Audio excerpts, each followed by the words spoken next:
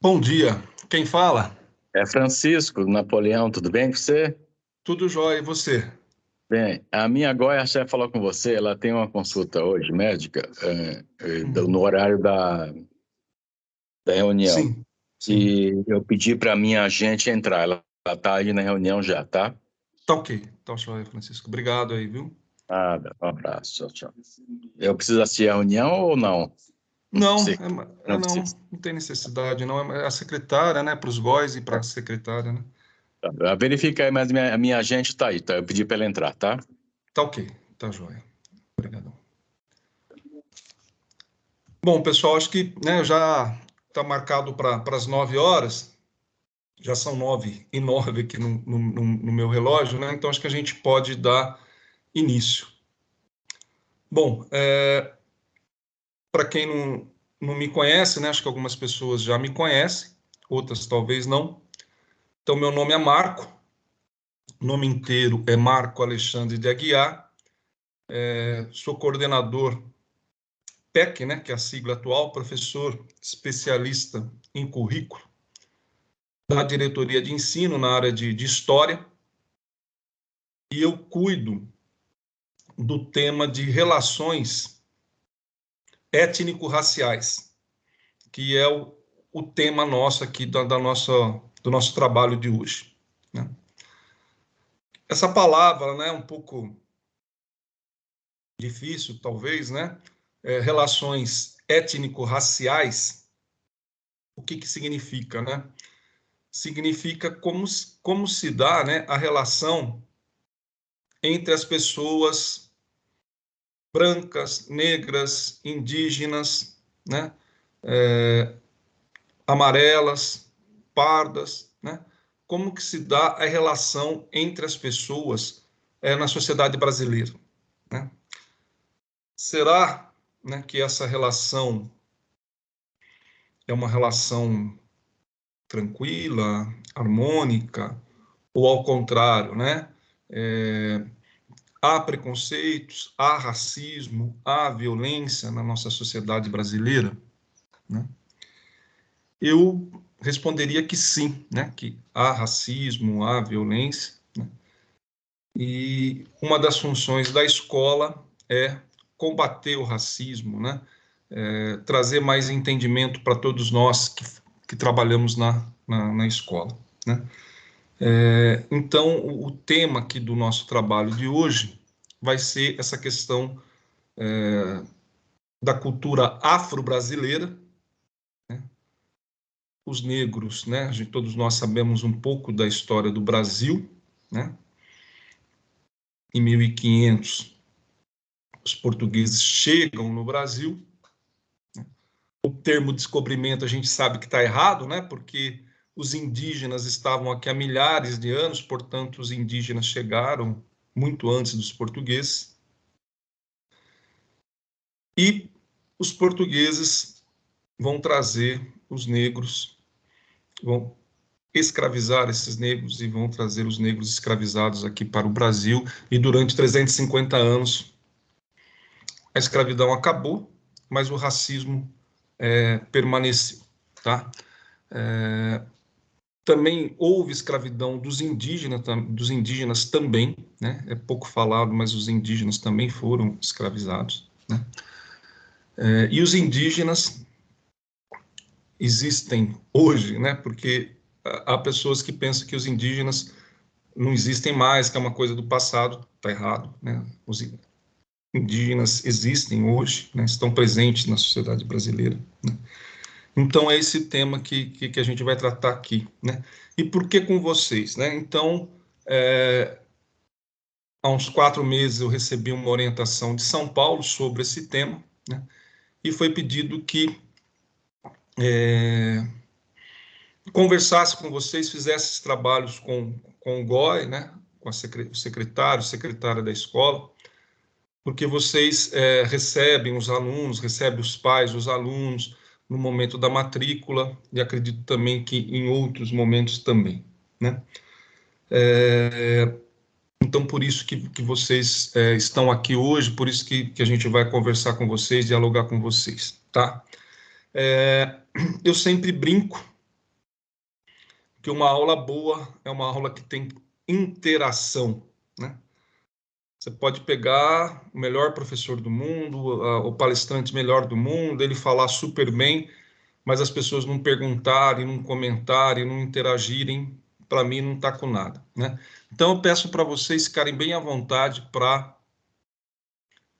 perguntar, trocar ideia, debater.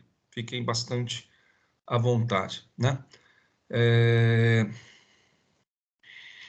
Podem perguntar pelo chat, podem abrir o microfone e falar. Tem a mãozinha, né, para levantar. Acho que talvez vocês já estejam acostumados, né, a trabalhar dessa maneira. Então, vocês fiquem à vontade para perguntar, trocar ideia e assim por diante, tá? Eu combinei, além de mim, né, eu combinei com 2 pessoas para falar com vocês, né? Convidei a Lívia, né, que é secretária lá da Escola Sofia Gabriel, aqui de Botucatu, né, que ela é uma mulher negra, ela é uma mulher do movimento negro, e depois eu vou apresentar melhor ela, e ela vai fazer uma fala para vocês, tá? Vai fazer uma apresentação para vocês, tá? Também convidei a MC Sica, que é uma jovem negra aqui de Botucatu, artista, tá? Que ela acho que deve estar chegando.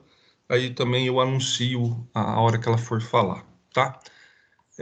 Agora eu gostaria que eu gostaria que vocês se apresentassem para a gente se conhecer, né? Então eu queria que vocês fossem abrindo o microfone, falassem o nome de vocês, a escola de vocês, tá? E se vocês têm alguma dúvida, alguma pergunta, quer dizer, alguma pergunta sobre esse tema de cultura afro-brasileira, questão indígena, relações étnico-raciais, se alguém quiser já fazer uma pergunta logo de cara, fique à vontade, tá? Se alguém puder falar o nome de um país da África, se lembrar, se caso lembrar, né? E se acaso alguém lembrar, falar o que aconteceu no dia 20 de novembro, por que o dia 20 de novembro é o dia da consciência negra, né? Então, gostaria que vocês se apresentassem, o nome, a escola de vocês, se tem alguma pergunta, se alguém souber o nome de um país da África, ou por que 20 de novembro é o dia da consciência negra. Quem que poderia começar?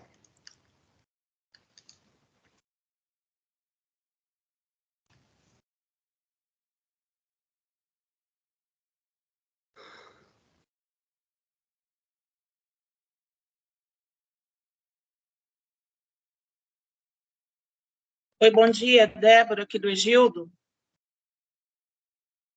Bom dia, Débora. Obrigado por se apresentar. Muito obrigado. Eu tenho países da África, nós temos Marrocos, Nigéria, Senegal, Etiópia, enfim. Tá. Dia 20 de novembro é porque eu acho que é por causa da morte de Zumbi de Palmares. Creio eu. Não sei se é isso. Sim, obrigado pela participação, né? Falou vários países da África, né? E sim, 20 de novembro é dia da morte de Zumbi, que foi líder do Quilombo dos Palmares, né? Mataram ele no dia 20 de novembro de 1695. 1695 é a data que mataram Zumbi, né? E aí depois, muito tempo depois, né, que foi transformado em feriado e o Dia da Consciência Negra, né, que faz parte do movimento negro para lutar contra o racismo, tá? Obrigado. Quem mais que poderia se apresentar?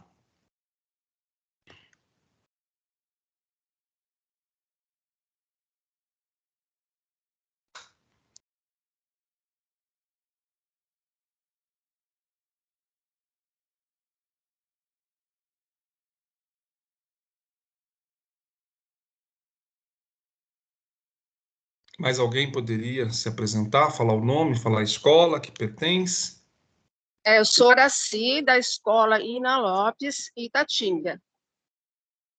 Obrigado, Araci. Obrigado. Quem mais poderia falar o nome e a escola? da escola Naerson Miranda. Não entendi o nome seu, estava meio baixo. Sou Altair, da escola Naerson Miranda. Altair, da escola Naerson Miranda. Obrigado, Altair. Obrigado pela apresentação. Fique à vontade para comentar alguma coisa. Mais alguém que gostaria de se apresentar? Benedito, Escola Anísio de Conchas. Obrigado, Benedito. Mais alguém? Maria, da escola Anselmo Bertoncini. Maria, escola Anselmo Bertoncini de Bofete. Obrigado. Quem agora?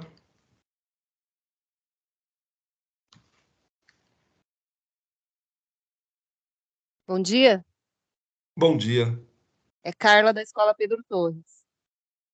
Carla. Pedro Torres, obrigado, Carla. Quem poderia continuar?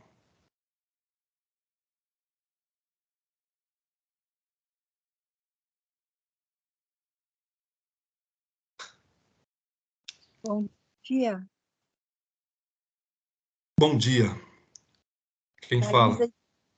Laís da Escola Campasse. Laís da Escola Campasse, obrigado.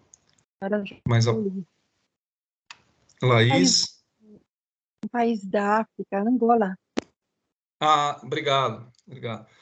Por que você falou Angola? Por que será Angola? Porque eu pesquisei um dos países da Angola, mas não tem Tá ok, obrigado pela pesquisa que você fez aí. um Obrigado. assunto, não. Tá. Agora, vou fazer uma pergunta em cima do que ela falou, né? Angola é um país que tem uma coisa igual a nós, né? O que nós temos de igual a Angola?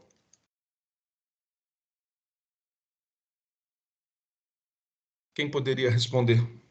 A língua? A língua. A língua. E por que será que a língua é igual?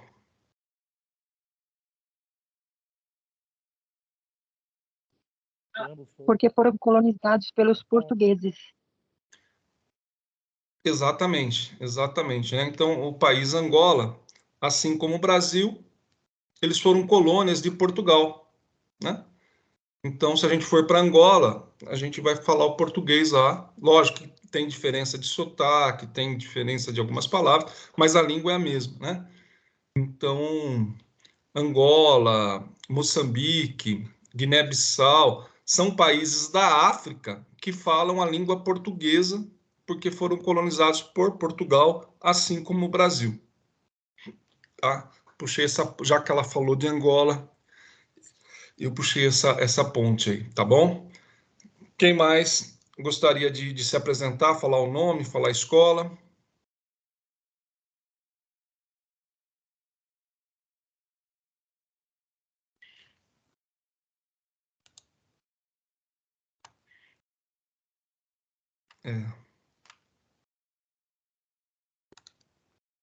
Mais alguém? O nome, a escola? Bom, então tá jóia. Então a gente vai dar sequência, né? Só vou fazer uma pergunta, se por acaso a MC Sica está na reunião? Você está na reunião, MC Sica?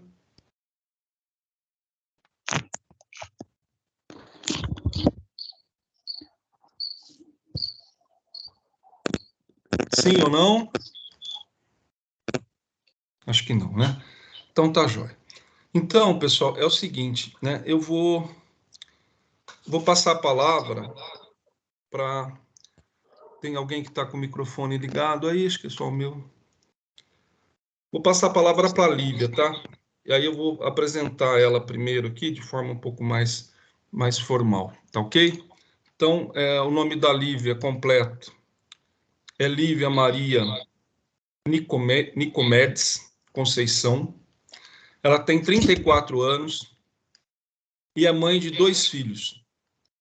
Ela é formada em logística, trabalha como secretária de escola na Escola Estadual Professora Sofia Gabriel de Oliveira, faz parte do Conselho Municipal de Políticas Públicas para Mulheres, do Grupo de Mulheres Negras Teresa de Benguela e da coletiva de PLP Semeando Mulheres. É editora da revista Vuvuzela, né?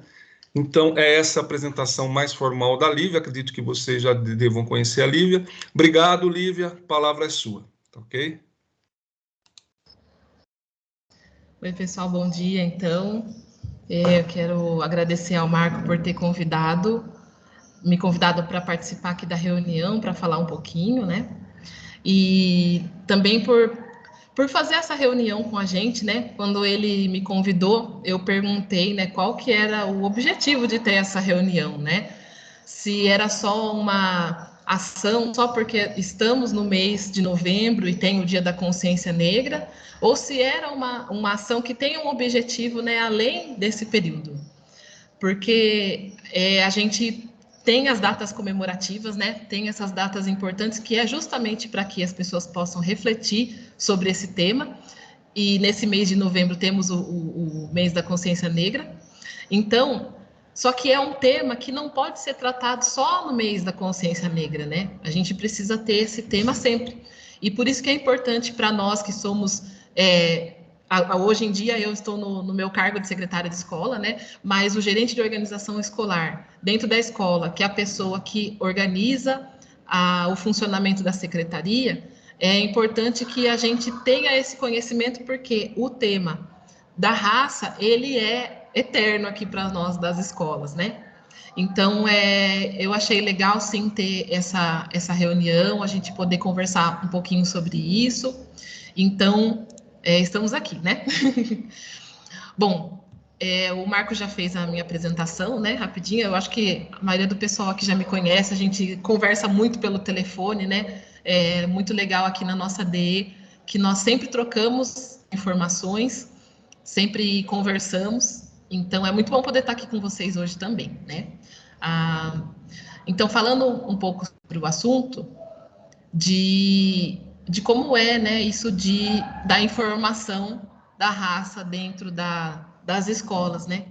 Quando o Marcos me perguntou, eu falei para ele, olha, Marcos, na verdade, nós aqui na escola estadual, praticamente a gente não coloca essa informação no sistema do aluno, porque a matrícula para nós, como chega só no 6º ano, na verdade, essa matrícula foi feita ou quando o aluno entrou no 1º ano do ensino fundamental, ou quando ele entrou na etapa, né, que na verdade que é o antigo prézinho. Então, não somos nós que colocamos justamente essa primeira informação. Mas, assim, a gente pode, né, o sistema fica aberto para que a gente faça atualização dessa situação, né, caso a família queira colocar, e ser colocada, né, fica ali nos dados pessoais do aluno, então a gente pode fazer essa informação. Eu montei para nós, né? Até a MC Sica ia falar um pouquinho mais, né? Ela ia dar uma introduzida no tema e depois eu ia falar mais um pouquinho. Então, meio que ia ser uma continuação do que ela vai falar. Mas eu vou então colocar aqui a apresentação de slides e depois, quando ela vier, ela complementa o nosso tema. O Marcos, você quer que eu coloque ou você compartilha a apresentação? O que você prefere? Eu estou com ela aqui. Então pode compartilhar, assim você mesmo vai vendo a velocidade que você quer levar. Tá? Deixa eu achar aqui onde é que compartilha. É a tela? Beleza. Isso. Tá aparecendo sim. Deixa eu colocar aqui. Apresentação de slides do começo. Agora vai. Bom, coloquei o mesmo título da nossa OT. Então... Coloquei aqui um pouco de novo da minha apresentação, né? Que é justamente o que o Marco já falou. Peguei uma foto aqui que eu gosto minha bastante. E aí, então, colocar aqui, o Marcos já até começou a falar um pouquinho sobre isso, né? Como que foi a situação do Brasil, né? A gente é um país que recebeu, sempre se comum falar que foi colonizado, né? Mas na verdade o Brasil já era um país que existiam já moradores, né? Que justamente são a população indígena, já estava aqui, mas teve essa situação dos portugueses que vieram para cá e quiseram instalar também a sua comunidade aqui.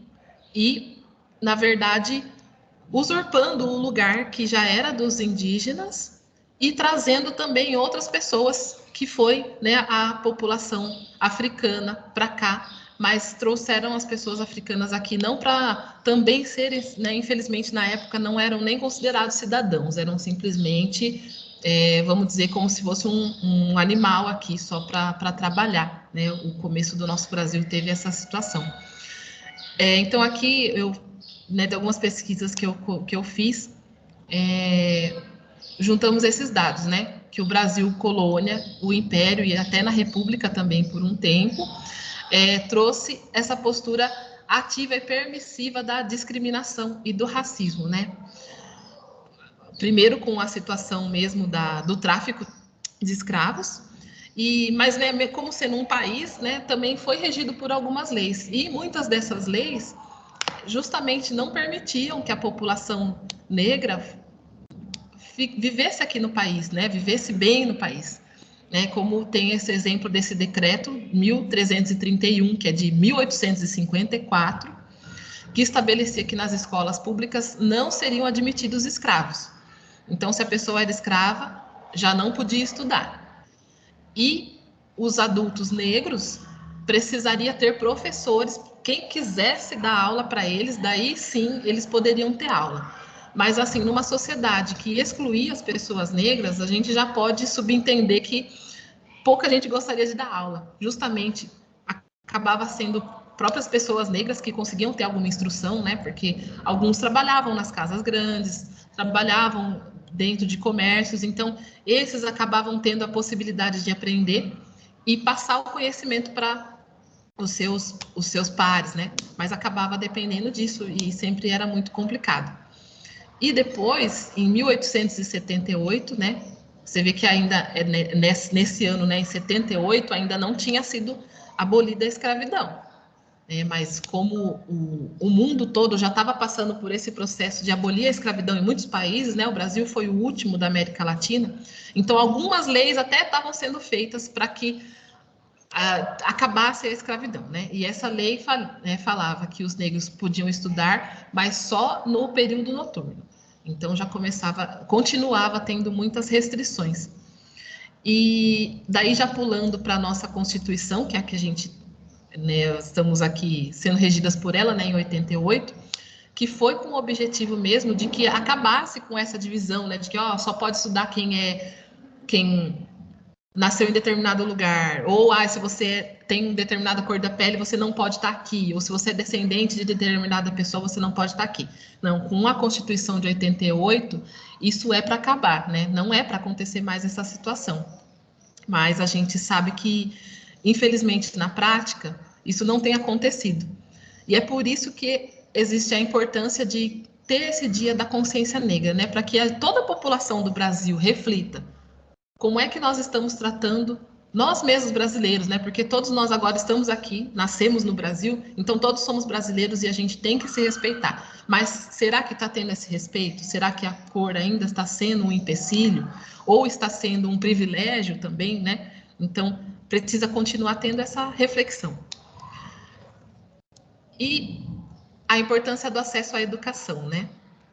Porque é justamente dentro das escolas que pode acontecer essa mudança, né, essa reflexão, para que, né, dentro da família é o mais importante, né, a gente precisa sair da família já educados, né, mas se na família acaba não tendo essa educação, na escola é o local para se mostrar e para se reforçar, né, os bons relacionamentos, né, e assim como, né, a gente viu que antigamente era restrito o acesso das pessoas negras dentro das escolas, né? Hoje em dia a educação ela é para ser universal, é para ser para todos, né? Isso tudo está na lei, mas a gente também se observar aqui no nosso estado de São Paulo, a gente tem até uma condição um pouco melhor, mas se for olhar para outros estados, ainda não é tão universal. Por isso que é preciso a gente pensar em todas as especificidades, né, de cada lugar e de cada região.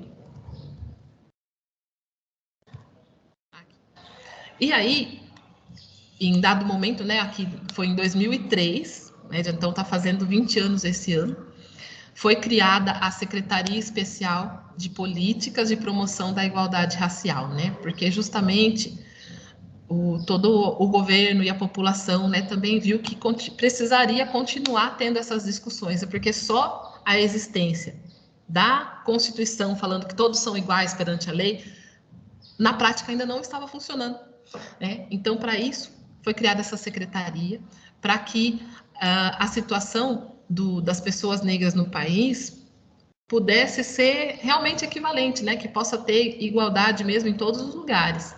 Para que não, porque foi identificado que às vezes em locais de trabalho havia discriminação, dentro de escolas também acontecia discriminação. Então, né, foi pensado assim, vamos criar diretrizes para que sejam seguidas, para que, né, a discriminação possa ir acabando, né, no nosso país, né, que a gente se livre nisso da discriminação e do racismo, né. Então, por isso que muitas iniciativas foram tomadas para isso, e a criação dessa secretaria foi justamente para colocar parâmetros, né? A gente sempre precisa de parâmetros para poder trabalhar. E dentro da secretaria, né, foi criado o Estatuto da Igualdade Racial, para que tenha-se os pontos, né, de onde nós vamos partir. E aí aqui alguns itens em relação ao Estatuto que são... Né, lendo o Estatuto, a gente vai ver que são esses pontos que estão neles, né? Então, é a previsão do Sistema Nacional de Promoção da Igualdade Racial, o fortalecimento da Fundação Palmares, né, que daí foi a criação dessa fundação também, o apoio à área educacional, oferecendo garantias a essa população, né, de ingresso, permanência e sucesso na educação escolar, porque assim, às vezes... tem até tá aqui embaixo, né, a criação da lei de cotas, que na verdade foi bem depois do Estatuto da Igualdade Racial, porque assim, muitas vezes não adianta só entrar na faculdade, porque a continuidade na faculdade também é difícil, né? Aqui na nossa cidade de Botucatu nós temos a Unesp, e a gente sabe o quanto de pessoas que vêm, que não são de Botucatu e estão estudando na Unesp, e aí a questão é essa, né? Como que essas pessoas se mantêm aqui nessa faculdade? Ou também pessoas daqui de Botucatu que, né, nem todas querem estudar na área da saúde, né? Eu mesma fui uma pessoa que, quando eu fui escolher a minha faculdade, eu não me sentia com afinidade para a área da saúde. E aí, aqui na cidade de Botucatu não tem uma diversidade de outros cursos, né? Por exemplo, na área de humanas mesmo, a gente não tem tantos cursos. Então, a gente acaba ou fazendo algo para poder mudar da cidade e fazer o curso que a gente gosta mais, ou a gente continua aqui na nossa cidade mesmo, nos cursos que são ofertados aqui, que também são grandes oportunidades, mas acaba restringindo um pouco. E é essa situação, né, do acesso e da permanência. Como que a gente consegue, sabendo que boa parte da população negra, né, agora falando um pouco da questão racial, né, quando se faz as pesquisas, né, se olha no IBGE, a população que se declara negra não está, a maioria, nos grandes centros, né, às vezes está em cidades menores, ou dentro das cidades grandes mesmo, está na periferia, então acaba que o acesso continua sendo difícil. E às vezes, por justamente o acesso ser difícil, a pessoa não vai mais, ela não estuda mais, às vezes tem que ajudar a família financeiramente, então acaba que o estudo fica por último. Então, dentro do Estatuto da Igualdade Racial também tem essas diretrizes que poderiam ajudar, né, ser nortes, né, para que dentro dos municípios, dos estados e do federal pudessem ter essa incentivo ao acesso e à permanência. E aí também teve o reforço à implantação, né, da Lei 10.639, que prevê o ensino da história e cultura africanas e também, né, da indígena dentro das escolas, né, que na verdade é até meio estranho que se tivesse que fazer uma lei dizendo que tem que ter a cultura africana na escola, sendo que a cultura africana está dentro da nossa vida, né, de todos, né, mas teve que ser feita uma lei porque não estava sendo feita, e mesmo hoje em dia ainda se questiona se está sendo colocado em prática, né. A previsão da lei de cotas, né, que já foi falado, o Fundo Nacional de Combate ao Racismo e a criação de ouvidorias permanentes do acesso à justiça e à segurança. Então, são esses alguns pontos que estão no Estatuto da Igualdade Racial. Tudo isso eu quis colocar para nós, para a gente entender um pouco de onde vem essa situação e de por que é que nós precisamos colocar, quando a gente faz a matrícula, isso da raça, né? E aí, esse último... Não, penúltimo slide, gente. Sobre o ambiente escolar, né? Porque a escola é um espaço de conhecimento e de troca de experiências, né? A gente sempre troca experiências, né? Mesmo a gente na secretaria tem contato com o aluno, tem contato com os pais, tem contato com os professores, e tudo isso é a nossa troca de experiências, né? E entender quem é o público atendido se constitui uma ferramenta importante para a tomada de decisão. Aqui em Botucatu a gente não tem uma diversidade muito grande, né? Nós não temos, por exemplo, nem áreas de quilombolas e nem de indígenas. Então a gente às vezes não consegue ver mesmo por que é necessário ter isso. Mas dentro do nosso estado nós temos, e nesses lugares é importantíssimo o professor saber, né? Às vezes não é sempre o professor que mora ali na comunidade quilombola que vai dar aula na comunidade quilombola. Pode ser que ele seja da cidade e pega a aula atribuída e vai para lá. Mas se ele não tem a mínima noção de como é dentro de um quilombo, de como é o andamento ali do quilombo ou da área indígena, ele não vai conseguir entender o aluno. Ou mesmo quem é da diretoria de ensino também não vai entender o que acontece, se tem determinadas celebrações em determinados momentos do ano, não vai entender como é que está acontecendo, que nem agora nós vamos ter a prova paulista semana que vem. Será que nesses lugares, a comunidades indígenas e quilombolas, será que essa semana não vai atrapalhar alguma coisa que está acontecendo lá? A gente não sabe porque nós não conhecemos, né? Mas é por isso que conhecer a população que está sendo atendida é importante para a gente saber como lidar e como realizar as ações lá também, né? E aí, eu coloquei aqui essa última pergunta, como é a sua escola? Porque aí foi pedido, né, para o Marcos que a gente fizesse o levantamento de quantos alunos a gente tinha na escola. Pretos, pardos, brancos, indígenas, amarelos.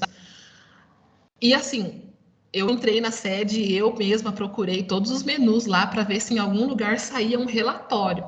E eu não encontrei. E aí a gente ficou assim, falou, gente, como é que a gente vai responder isso? A gente vai ter que entrar aluno por aluno para achar essa informação, né? A gente já está uma correria na escola. É claro que a gente sabe que isso é uma informação importante, mas será que vai dar tempo até o dia da reunião? Mas depois o núcleo de alunos conseguiu mandar para nós aquela planilha, né? E onde a gente pôde ver. E aí eu coloquei aqui para vocês o gráfico da Escola Sofia Gabriel, com os dados que veio. E eu fiquei particularmente assustada, porque eu, né, estou aqui na escola todos os dias e eu tenho certeza que não tem só 2% dos nossos 500 alunos, não tem só 2% que são pretos. Não tem só 13% que são pardos, o não declarado até, né, a gente não pode dizer nada, e que a grande maioria é branca. Não que isso seja um problema, não é que é um problema, mas assim, não é a realidade da nossa escola. A gente tem muito mais alunos que estão dentro, sim, da classificação pretos e pardos, assim, que a gente visualmente vê. Mas a situação é que isso é a autodeclaração da família na hora da matrícula. Então, de como é que a família enxerga esse aluno que está sendo matriculado, e a escola tem que colocar no sistema o que a família falar. Às vezes pode... Eu não sei se vocês já receberam casos assim, né? Mas de você falar assim, mas eu não concordo com o que a pessoa está falando, eu acho que esse aluno não é dessa raça. A gente não pode também questionar a família. Se eles falarem, olha, eu quero que coloque que meu filho é branco, a gente tem que colocar.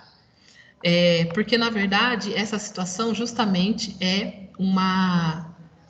que até é uma palavra meio nova, né? Que é a situação do letramento racial, né? De você entender que raça que você é, se reconhecer e sentir orgulho dela. E essa é uma questão que ela só vai mudar se nós, em volta, sempre ouvirmos falar bem, né, da questão racial, de não ter a discriminação.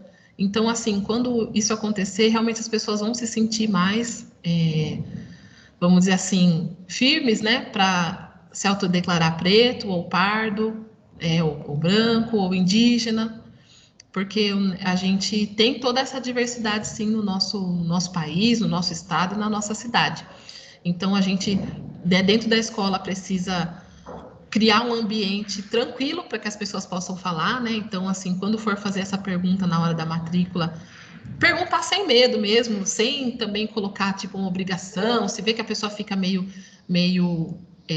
constrangida, né? Também não ficar forçando a barra, né?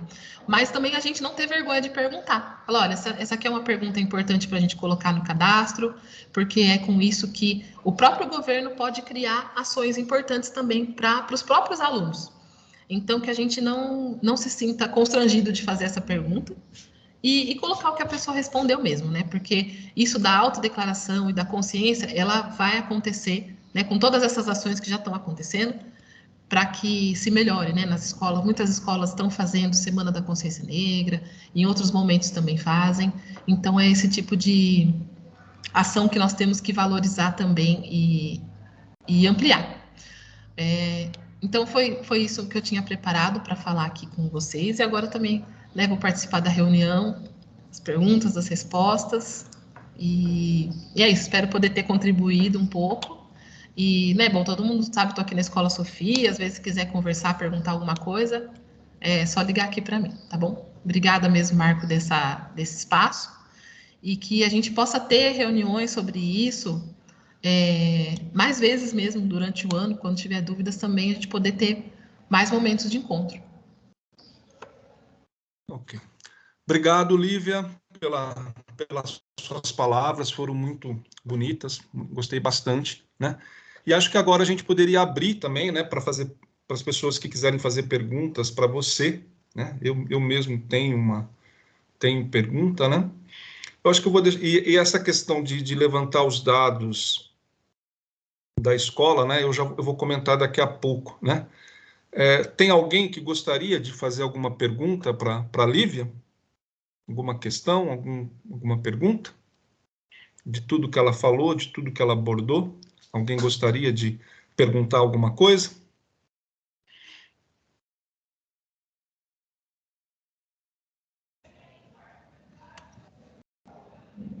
Bom, eu estou olhando aqui no chat, eu vi que a Ana Lúcia escreveu aqui, eu achei muito importante mesmo, viu, Ana Lúcia? E é verdade.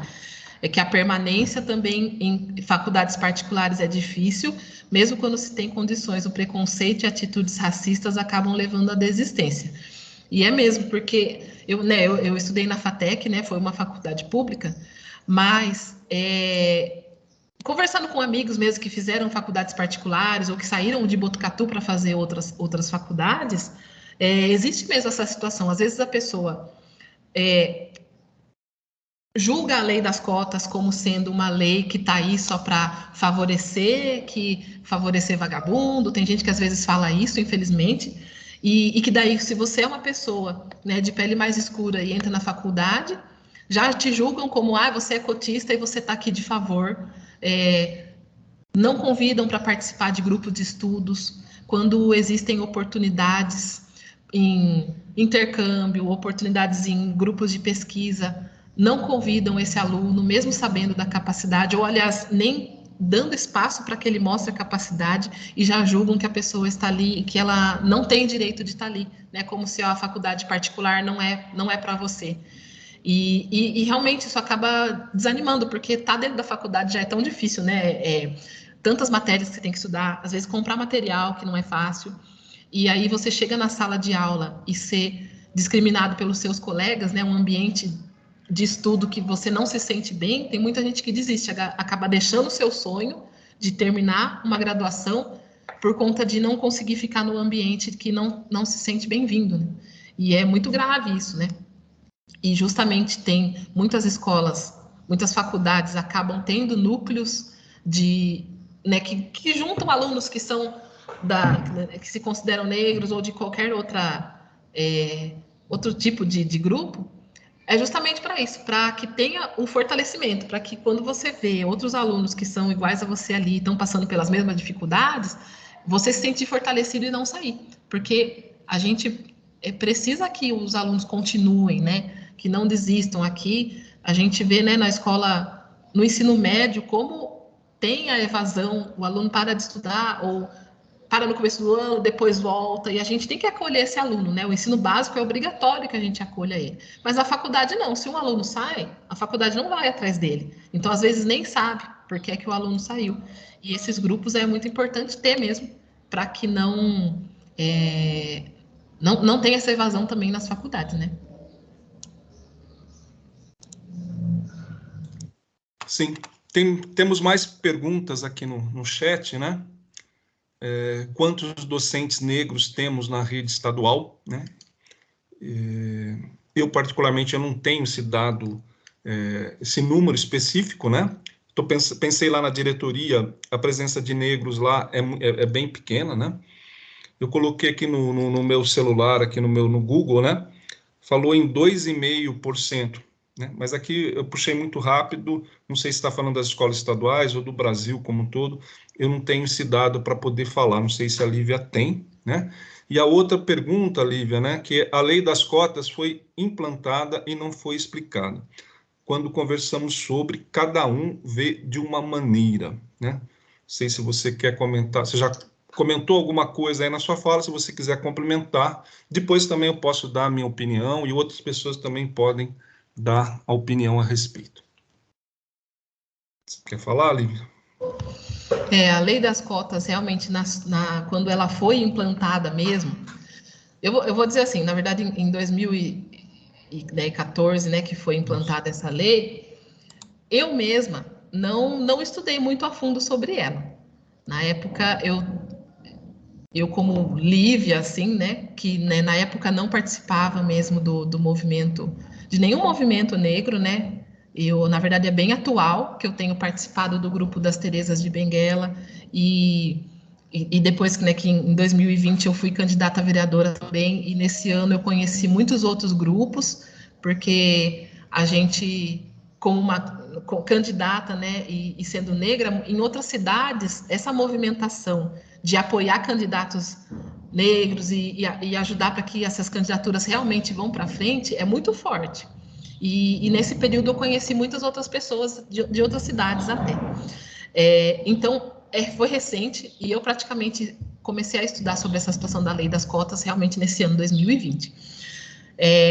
Porque, assim, a criação mesmo da lei das cotas foi justamente uma reparação, né? Por quê? Como desde a colonização do Brasil, né, as pessoas negras foram colocadas abaixo da sociedade, né, elas nem eram consideradas pessoas. Depois, com a abolição, foi assim, 13 de maio de 88, está abolida a escravidão, o Brasil não tem mais escravidão. É isso que está escrito na lei. E o que aconteceu com essas pessoas? Porque, assim, eu vou até fazer uma comparação aqui com os nossos professores categoria O. Quando em 2009 foi criado o contrato por tempo determinado. É 1 ano de trabalho. E depois você fica 200 dias sem trabalhar. Assim, vamos dizer assim, que a abolição foi mais ou menos isso. A partir de hoje, você não é mais escravo. Assim, tipo assim, vamos dizer assim, a escravidão você tinha um trabalho, né? Você tinha um lugar para dormir, condições subhumanas e tudo mais. Mas você sabia onde você estava. Dia 14 de maio, você não está em lugar nenhum. E é também o que aconteceu com os professores categoria O. Acabou o ano de trabalho, você não está em lugar nenhum, não pode mais dar aula e simplesmente não sei o que você vai fazer, mas daqui a 200 dias você volta. Na abolição não teve nem isso, era assim, acabou. E aí o que aconteceu? Né? A gente sabe. A maioria das pessoas que estavam nas fazendas e eram escravizadas continuaram trabalhando ali, porque não tinha nenhuma outra opção de emprego dentro das cidades. As pessoas negras eram marginalizadas, consideradas como ladrões, bandidos, então ninguém queria contratar. O Brasil teve um incentivo para trazer imigrantes italianos, japoneses, alemães. Então, assim, eram essas pessoas que foram acolhidas na sociedade brasileira, não as pessoas negras. Apesar de já estarem vivendo aqui no Brasil há 200, 300 anos, não foram as pessoas negras que foram acolhidas. Então, assim, entendeu-se que durante todo esse período, por conta da cor da pele, né, que é o racismo que foi, né, que continua perpetuando, as pessoas negras tinham menos oportunidade de acesso menos oportunidade de continuar na escola. E se você não consegue continuar na escola, você não consegue entrar numa faculdade. Então, a lei das cotas foi feita para isso, para as pessoas negras que conseguiram terminar, porque para a faculdade só fazendo o ensino médio, então, quer dizer, conseguiram terminar o ensino médio. Conseguiram. Elas terminaram o ensino médio. Agora, para esse acesso à faculdade, ao ensino superior, a gente sabe que a maior parte da população negra estava numa situação ainda difícil. É claro que a gente tem em todos os lugares, né? Mas, assim, o objetivo era ajudar aquelas pessoas que estavam numa situação que faltava só um empurrãozinho para poder entrar na faculdade e continuar e ter esse acesso. Então, as cotas foi para isso, para que pudesse colocar as pessoas negras também dentro da faculdade, porque, assim, também tem que fazer o vestibular do mesmo jeito, depois também tem que fazer todos os trâmites, todos tem que fazer. Então, não está tirando o lugar de ninguém, né? Só está, assim, garantindo que tenha lugar para essas pessoas, para que não seja só 100% de quem está dentro da faculdade, a 100% das pessoas que conseguiram estudar em escola particular e já tiveram uma condição de vida melhor, que quando elas chegam dentro do shopping, elas não são seguidas pelo segurança, ou quando elas entram na faculdade, elas não são seguidas por ninguém, elas conseguem entrar e ficar bem ali. Então, a reparação é essa, para que hoje, né, os descendentes, né, os afrodescendentes consigam ter esse espaço, sim, dentro da faculdade. Mas é isso, gente, o vestibular continua e continua para todo mundo. Então, seria mais por isso. É claro que desta primeira lei que foi feita, teve alterações, né? Porque teve aquela situação da autodeclaração e tudo mais. Então, ela foi modificada ao longo dos anos também, justamente ir adequando à realidade. Então, mais ou menos, em resumo, seria isso. É claro que tem muito mais pontos nela. Ela é muito mais abrangente do que só isso. Então, é bom, assim, ela é, né, como toda lei, ela está ali na internet, né? Para a gente poder ler mesmo os pontos dela, para saber exatamente o que é que ela está falando. Tá, eu só gostaria de complementar, né, que a Ana Lúcia escreveu no chat, né, cada um tem uma opinião, né, e isso acontece em relação a quase tudo, né, então a diferença de opinião faz parte da sociedade, vamos dizer assim, né, então nesse grupo vai ter pessoas que são favoráveis a cotas e tem gente que é contrário a cotas, né, a gente pode fazer um debate, fazer uma reflexão, né, e ninguém é dono da verdade, vamos dizer assim, né. No meu caso, o meu posicionamento é ser favorável às cotas, né? E aí uma informação, né? Essa lei é a lei, o número dela é 12.711 e ela é de 2012, a lei das cotas, tá? E aí também uma informação. Essas cotas só valem para alunos de escola pública. Então, vamos imaginar uma menina negra ou um menino negro ou indígena, que estudou numa escola particular e que, portanto, a gente pressupõe que ele tem uma condição financeira melhor, concorda comigo? Né? Se ele estudou numa escola particular, é porque a família dele tem uma condição econômica melhor. Então, o que eu estou querendo dizer é que para esse aluno que é negro e que estudou numa escola particular, ele não tem direito a cotas. Não sei se ficou claro o que eu quis dizer, né? Ele não tem direito a cotas. A cotas é só para aluno que estudou em escola pública. Escola pública. O que acontece? Metade das vagas é livre concorrência, que a gente chama. E a outra metade é para alunos de escola pública.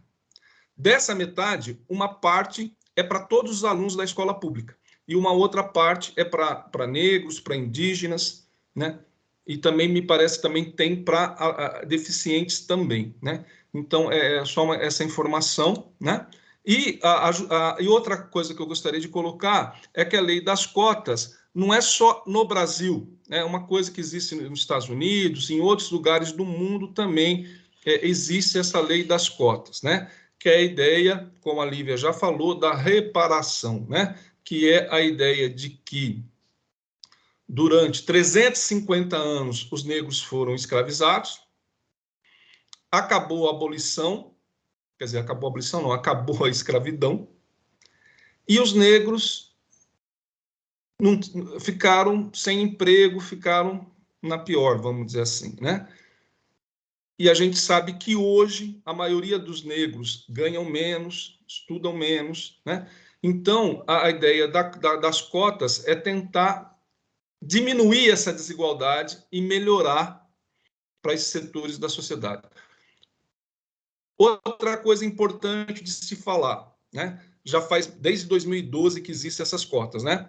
Quem é contra as cotas vão dizer o seguinte, ó, tal aluno não teve capacidade, ele não estudou e ele entrou pelas cotas, então ele vai chegar lá na universidade, ele não vai conseguir acompanhar. Não tem essa ideia? Só que já foi feito pesquisas que falam o seguinte, que alunos que entram pelo sistema de cotas têm o mesmo desempenho ou ligeiramente melhor do que os alunos que não entraram por cotas. Né? Porque ele entrou por cotas e ele vai se esforçar, ele vai batalhar, ele vem, né, de baixo, ele vai ter vontade, etc. Então, tem essa informação, essa pesquisa que alunos que entraram pela lei das cotas, eles não estudam menos, eles não têm menor desempenho do que os outros alunos. Eles têm um desempenho igual ou até melhor, né? É uma informação que é importante colocar, né? Alguém gostaria de complementar, debater, trocar ideia, concordar, discordar?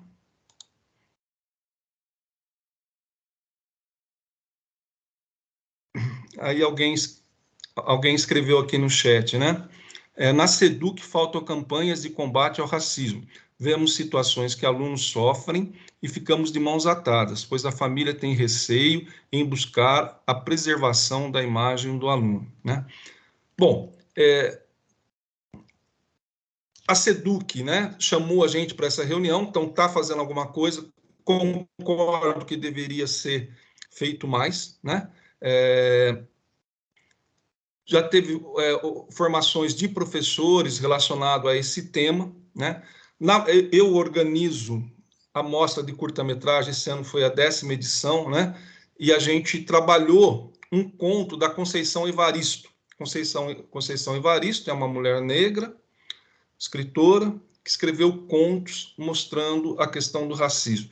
Então, curtas foram produzidos para discutir, para refletir sobre essa questão racial. Concordo com quem escreveu aqui, que a gente tem que fazer mais campanhas de combate ao racismo, concordo, né? E eu acredito que esse diálogo que a gente está fazendo aqui já é alguma coisa, né? A Lívia parece que está com vontade de falar alguma coisa, parece que está aperreada essa moça. Quer falar, Lívia, ou não?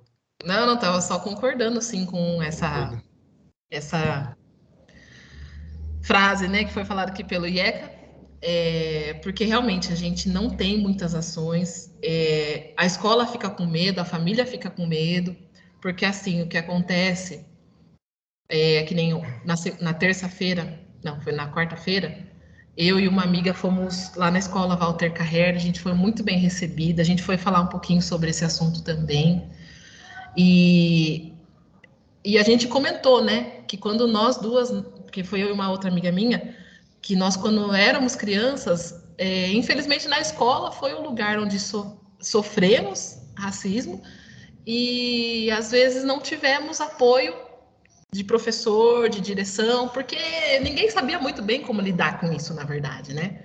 Porque achava assim, não, só muda de lugar que ele vai parar de te chamar de menina do cabelo duro.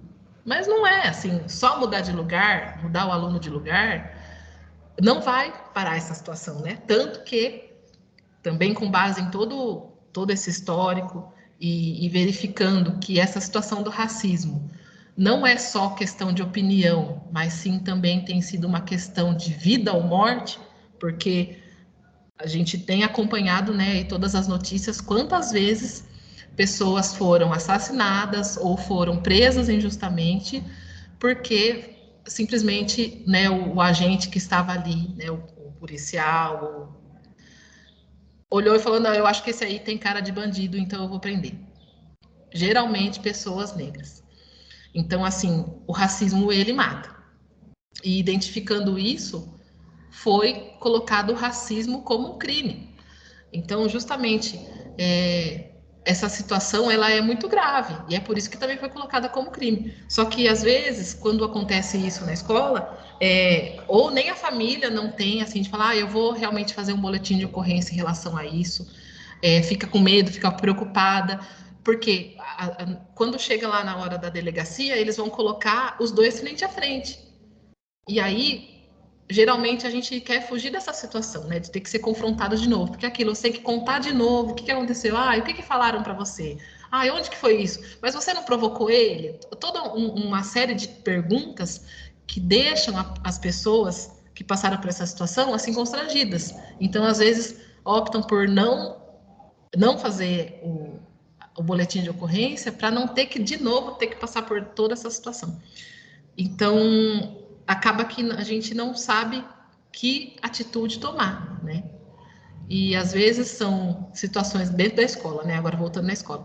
Tem situações que são realmente picuinha de criança mesmo, só que tem situações que não são. Tem momentos em que, mesmo sendo adolescentes, porque realmente é um negócio que acaba vindo de casa, e dentro da escola eles reforçam por estar com colegas, que acontecem ações que são graves mesmo. E aí isso precisa ser levado para frente. Mas falta mesmo da SEDUC um treinamento sobre isso, para que a gente saiba mesmo que atitudes tomar, que órgãos recorrer. Por exemplo, aqui mesmo em Botucatu nós temos o Conselho de Igualdade Racial, que é um órgão que é municipal, né, na verdade, mas que dentro dele existem atitudes e programas para justamente orientar, né, as pessoas da cidade. E a gente acaba não recorrendo a ele, né, porque não temos conhecimento. Então, dentro do estado de São Paulo, a gente tem o SOS Racismo, que é um órgão que também pode lidar com essas questões, mas acaba sendo só lá em São Paulo a sede dele, então a gente está longe. Mas são lugares que a gente também pode entrar em contato, né? Justamente a SEDUC mesmo poderia fazer uma parceria com o SOS Racismo para passar para as escolas como que a gente pode lidar com essas situações, para que não perpetue, né? Para quem tem atitude racista, seja assim orientado e de acordo com a gravidade ser punido, né? E para que quem sofreu o racismo se sinta acolhido, né? Não tenha medo de levar para frente a sua denúncia e saiba que vai ser compreendido, acolhido e bem cuidado, né, pelo órgão onde ele está, né? Que nem nós que estamos dentro das escolas.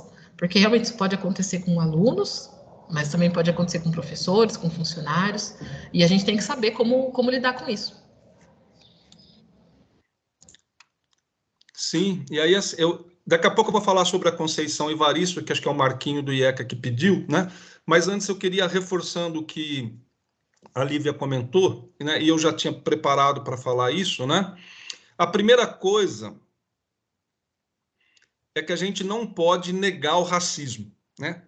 Tem pessoas, tem mentalidade que querem dizer que no Brasil não existe o racismo, que aqui é tudo cordial, tudo amigo, etc. Não é verdade, né? Essa ideia surgiu muitos anos atrás com o que é chamado de mito da democracia racial. Mito da democracia racial, que é um escritor chamado Gilberto Freire que escreveu sobre isso, que ele falou que no Brasil não tem racismo, etc. e tal, né?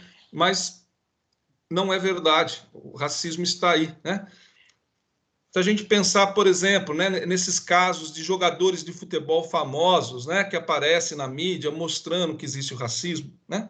E isso é um caso muito leve perto do que acontece com as pessoas mais pobres, carentes, né, que estão longe da mídia, né? Longe da mídia.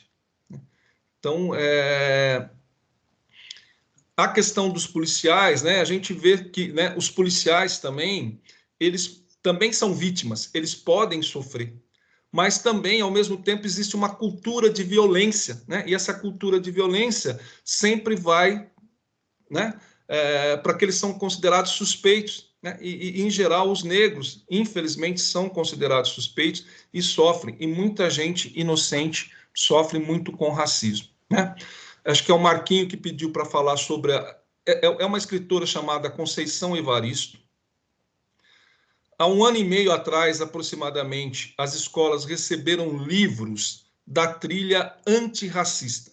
Então, vários livros abordando esse tema, né? E veio um livro da Conceição Evaristo chamado Olhos d'Água. É um livro de conto que conta coisas do cotidiano de pessoas negras, né? E tem um conto chamado Maria, que eu vou contar aqui para vocês, que está nesse livro, já que o Marquinho pediu para falar da Conceição Evaristo, que é o seguinte: é uma mulher negra que ela é empregada doméstica. E ela foi fazer um extra na casa da patroa num domingo. E sobrou fruta, sobrou um pouco de carne, ela está levando para os filhos dela. E ela está pensando, será que o meu filho vai gostar de melão? Ele nunca comeu melão, né? E aí, o ônibus demora para chegar, ela entra no ônibus. Quando ela entra no ônibus, um cara vem e paga a passagem dela e senta do lado dela. É um ex-marido dela, o homem que já abandonou ela há muitos anos e que é pai do filho dela. Eles começam a conversar, dialogar, lembrando de situações do passado, né? E depois, esse cara entrou para assaltar o ônibus, assalta o ônibus e vai embora.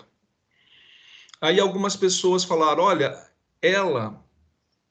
Maria foi conivente, vamos pegar ela. Aí o motorista do ônibus fala, não, ela é uma mulher trabalhadora, ela é honesta. Daí, não, mas ela estava junto com o cara, ela estava combinado com o assaltante, né? E aí no fim da história, do conto da Conceição Evaristo, acabam batendo nela, linchando ela, né? Então, essa é uma história que está no livro Olhos d'Água, da Conceição Evaristo, que mostra os preconceitos que sofrem, né? E aí a questão do cruzamento com a questão da classe social, né? Porque, por exemplo, o negro, ele sofre preconceito, o homossexual sofre preconceito, a mulher sofre preconceito, certo? Machismo, não é isso? Agora, se essa mulher, ou se esse homossexual, ou esse negro, ele é rico, ele sofre preconceito, mas ele sofre menos preconceito, porque também nós temos um preconceito de classe social contra as pessoas mais pobres, né? Não sei se eu me fiz claro no que eu falei, não sei se vocês entenderam, né?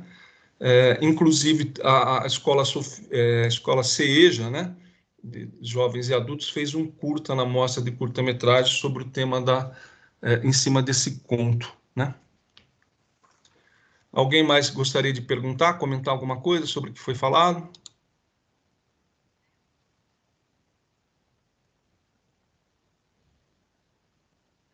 Tá. Então, eu vou fazer uma pergunta para a Lívia, né? Olívia, o que eu queria perguntar para você é o seguinte: quando que você começou a se sensibilizar por esse tema do racismo? Isso já aconteceu quando você era adolescente ou foi mais tarde, né?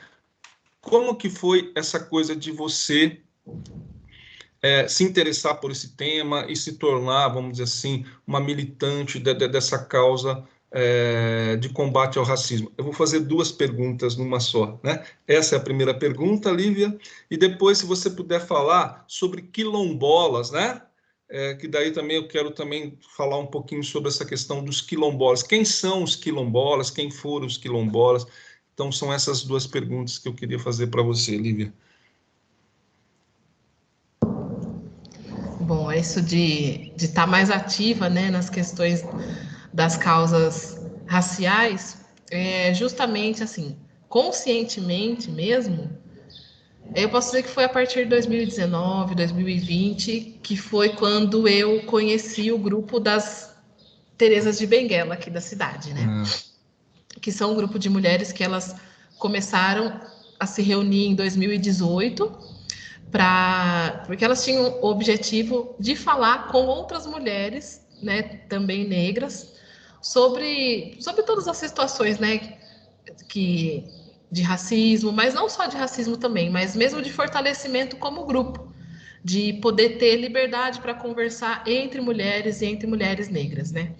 E daí, dentro desse grupo de conversas, aconteceu um evento na Unifac, onde elas foram convidadas para dar uma palestra, e a partir dessa palestra, elas também organizaram, no mês de novembro, um evento também relacionado ao Dia da Consciência Negra, porque daí elas perceberam quanto seria importante reforçar para as meninas e mulheres negras a beleza da mulher negra, a cultura, e que pudessem se sentir fortes, né, e unidas. Então, dentro desse evento, teve também palestras, mas também teve algumas trancistas que fizeram tranças, ensinaram sobre a história do cabelo trançado, da amarração de turbante, da vestimenta das mulheres africanas.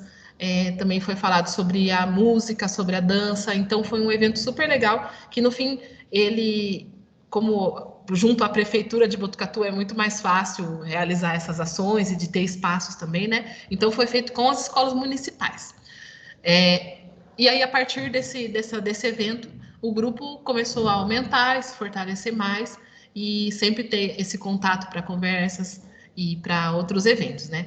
Esse ano aqui de 2023 mesmo, a gente acabou não realizando nenhum evento, a gente só participou de alguns que tiveram, que nem no mês de março aconteceu um evento na Pinacoteca, a gente esteve junto.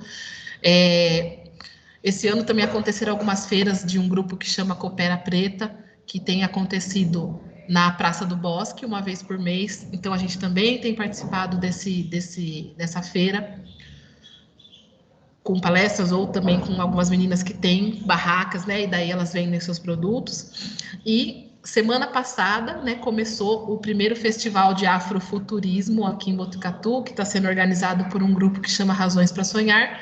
E nós também fomos convidados para participar junto desse festival, também falando sobre o empreendedorismo, né, das mulheres negras, né, e das mulheres que participam do grupo e que são empreendedoras. E aí esse festival vai ter toda semana vai ter alguma coisa, cada semana vai ser um lugar, né? Então, assim, a gente esse ano optou por participar junto com outros coletivos. E aí, quando eu conheci o grupo, eu me senti muito bem de estar com elas, porque, assim, na minha família, o meu pai tem a pele mais escura, a minha mãe não é uma pele tão escura, mas, assim, realmente da nossa família, a maioria é da pele negra mesmo.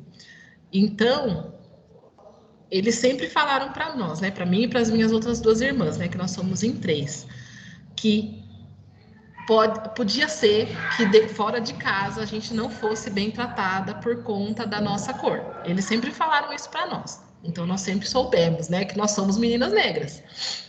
E que tem gente que não gosta. Mas os meus pais sempre falaram assim, olha, vocês... Se alguém falar, você é uma preta, você é uma negra, falei assim, eu sou mesmo, essa é a cor da minha pele, e siga em frente. Então, em casa, a gente teve essa orientação, sim, mas, assim, realmente essa orientação não nos blindava de se sentir mal quando, às vezes, alguém falava. Então, mas nós sempre tivemos em casa essa abertura de poder contar, meus pais sempre foram atrás se acontecesse alguma coisa, mas eu particularmente sempre fui uma menina muito tímida, então assim, às vezes quando falavam isso comigo, eu só ficava quieta e ia embora.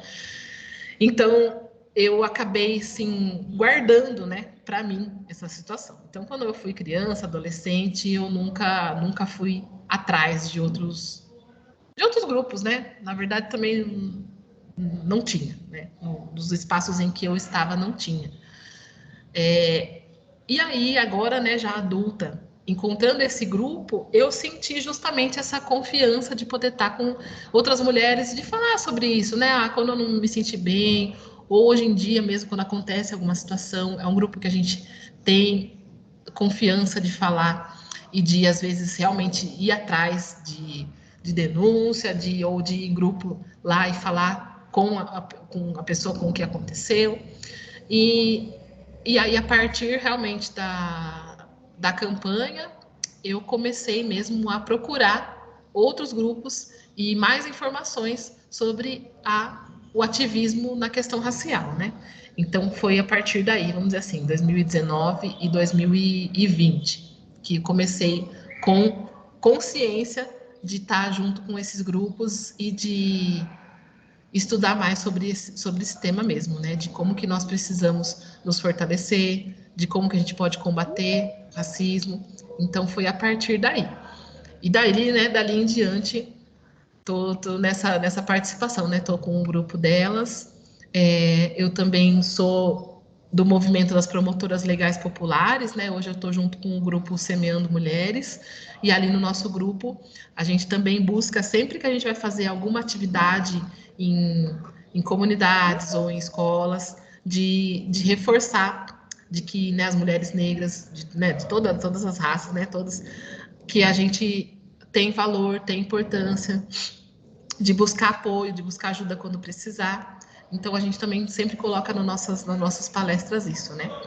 Esse ano mesmo eu participei de um seminário que foi em Salvador, que foi só do grupo da Rede Nacional de Mulheres Negras, que foi incrível, assim, estar lá junto com elas, porque justamente lá, nesse seminário, eu tive contato com algumas mulheres quilombolas, né? Então, aí agora respondendo a segunda pergunta, porque eu nunca estive num quilombo, né? Nunca, né? Aqui na nossa região nós não temos, e então eu mesma nunca tive vivência dentro de um quilombo. Mas ali, conversando com essas mulheres que elas eram do Paraná, o que acontece, né? A situação do quilombo é igual à demarcação de terras indígenas, né? Na verdade, as pessoas que estão morando lá estão em risco de perderem o lugar onde elas estão.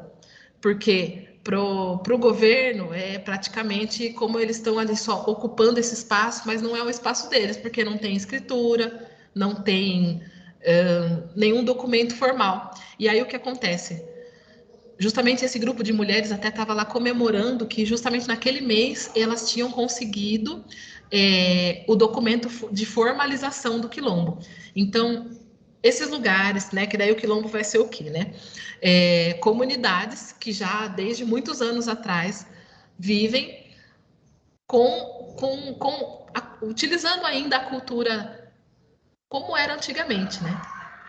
Praticamente, vamos dizer assim, são fazendas, né? E ali moram em comunidades e plantam, colhem, né? Tem a sua agricultura ali de subsistência também, é claro que realizam comércio, né, na cidade, né? Também tem roupa, tem celular, tem tudo, é claro, mas eles têm o objetivo de viver utilizando ainda a cultura de como era antigamente nos quilombos.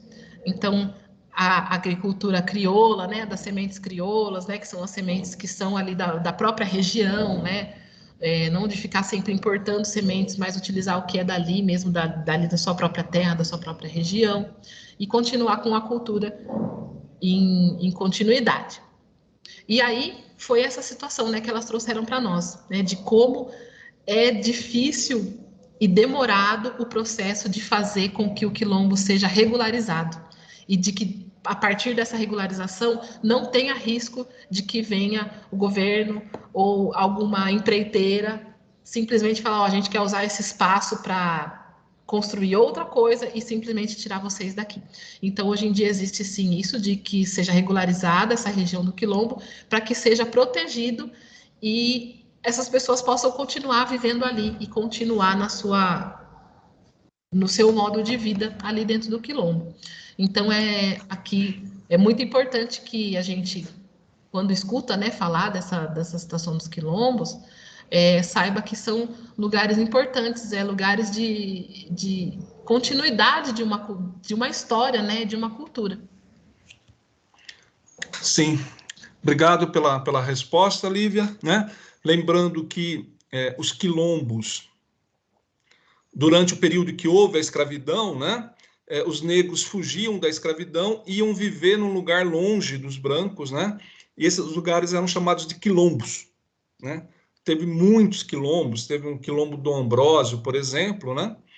E o mais famoso de todos, o que teve mais destaque, é o quilombo dos Palmares, né? Que ficava no Nordeste, né? E cujo líder foi Zumbi, que a gente comentou no início da nossa formação, né? Teve Gangazumba também, né? Então, o Quilombo dos Palmares foi um dos mais famosos, mas existiram centenas de quilombos, e em alguns lugares do Brasil, hoje, esses quilombos ainda existem, que era isso que a Lívia estava dizendo, né? Então, eu tive no Vale do Ribeira, que fica aqui no estado de São Paulo, né? E essa região tem vários quilombos lá, tem vários quilombos, eu tive visitando um quilombo, né? Para mostrar que existem quilombolas hoje, né? Porque existe essa mentalidade de quilombola ser coisa lá do passado, como indígena ser coisa lá do passado. Óbvio que é do passado, mas é também do presente, né? Existem quilombolas hoje, existem indígenas hoje, né? E aqui, na diretoria de ensino de Bauru, existe uma cidade chamada Avaí, na qual tem uma reserva indígena ali, né? Que tem uma reserva indígena, né? Inclusive, alguns professores da nossa diretoria, né, já levaram alunos para essa reserva indígena para conhecer, né? Então, era isso que eu queria comentar, tá? Alguém gostaria de perguntar, comentar mais alguma coisa? Não, né? Por hora, alguém gostaria?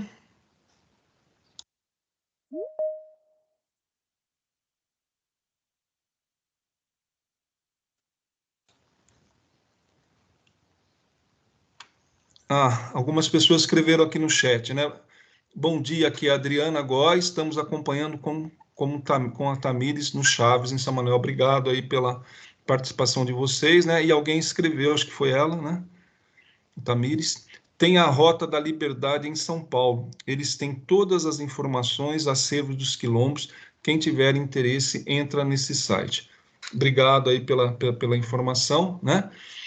A gente estava falando também aqui da SEDUC e tal, né? Eu, na diretoria de ensino, cuido sobre essa questão das relações étnico-raciais, né? Então, quando vocês tiverem alguma dificuldade, tiverem algum problema, vocês podem me procurar, podem me acionar, que eu vou tentar ajudar vocês aí, tá?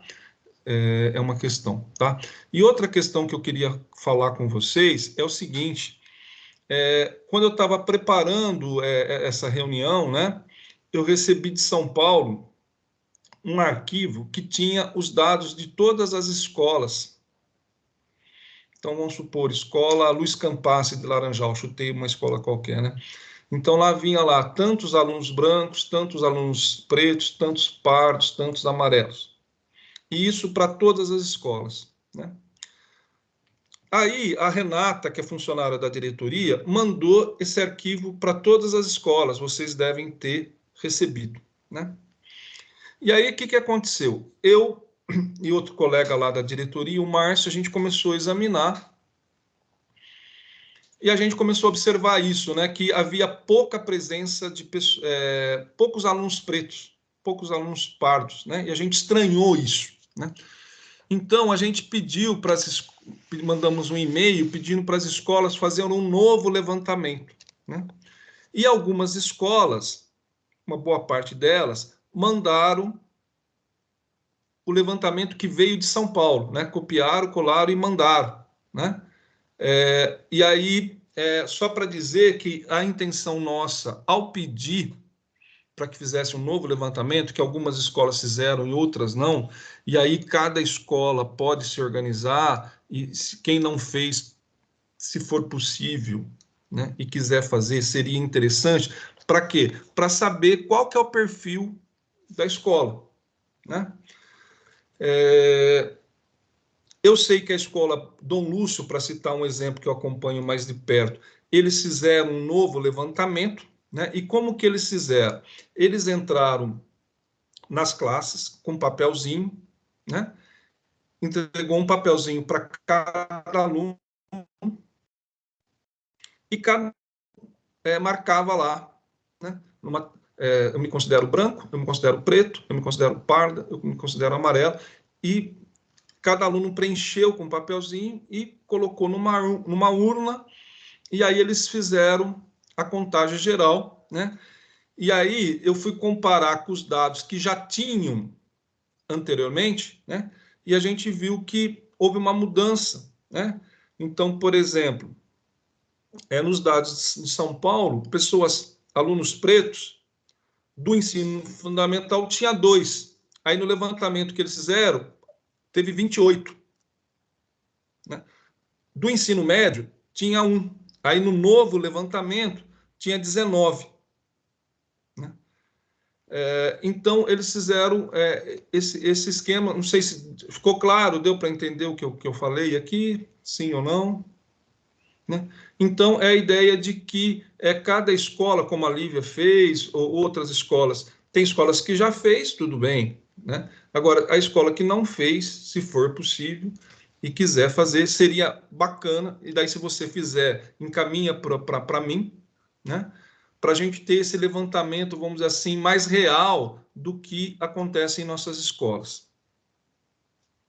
Né? Eu acho que esse jeito que a escola Dom Lúcio fez, me pareceu, não sei se a GOI da escola Dom Lúcio está aí, se quiser comentar alguma coisa, mas que distribuindo esse papelzinho, né, e o aluno em silêncio, né, ele marcando o que ele quisesse, sem constrangimento nenhum, sem pressão nenhuma, né, ele marca ali a raça que ele se autodeclara, porque também essa questão da autodeclaração, ela é importante.